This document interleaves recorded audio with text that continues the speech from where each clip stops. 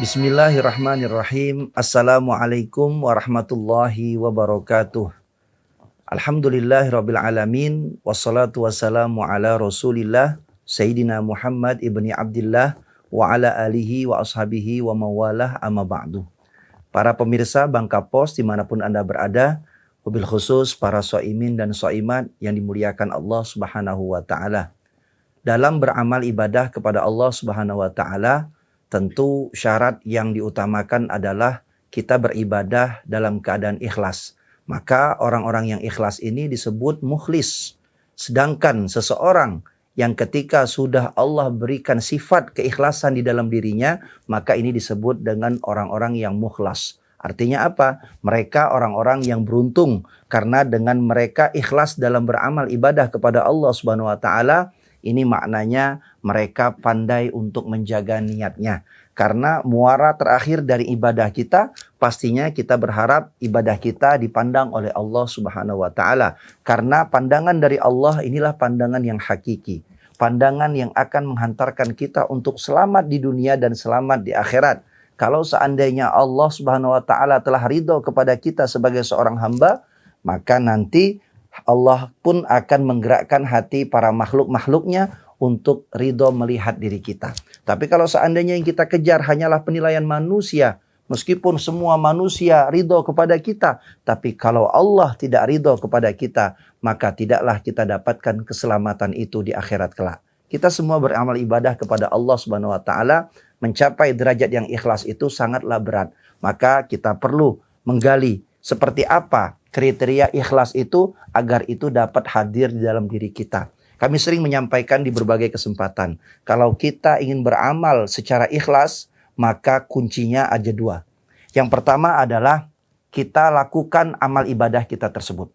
Yang kedua, setelah kita lakukan, kita lupakan amal ibadah kita tersebut. Maka inilah makna ikhlas yang sebenarnya. Artinya, kita hanya dituntut oleh Allah untuk berbuat saja.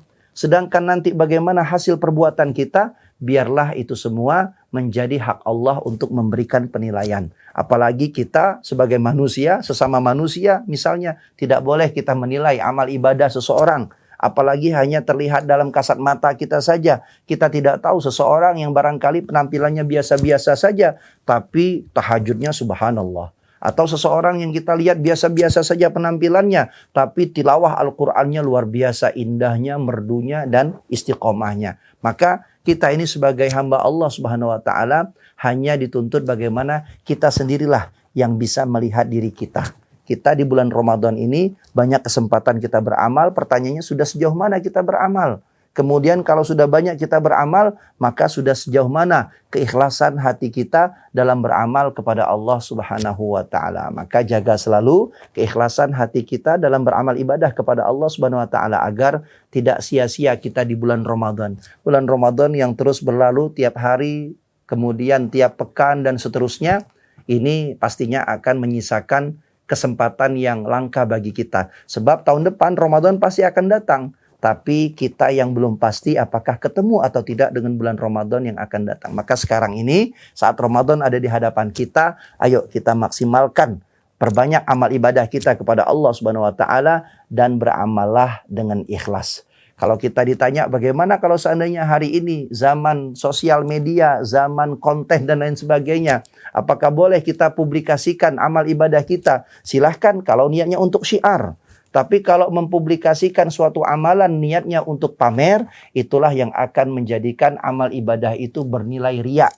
Yaitu ingin dilihat oleh orang lain. Bernilai ujub yang ingin dipuji oleh orang lain. Maka yang seperti itu sia-sialah amal perbuatannya. Maka sekarang ini beramallah ketika dipublikasikan. Niatkan untuk mensyiarkan itu semua. Agar orang lain termotivasi untuk dapat beramal ibadah bersama-sama dengan kita semuanya. Mudah-mudahan Allah Subhanahu wa taala berikan kita hati yang ikhlas dalam beramal ibadah dan semoga kita semua mendapatkan keselamatan, keberkahan dan rahmat dari Allah Subhanahu wa taala. Amin ya rabbal alamin. Wallahu a'lam bishawab. Hadanallahu iyyakum ajmain. Hadza wa syukran wal afu minkum. Wassalamu alaikum warahmatullahi wabarakatuh.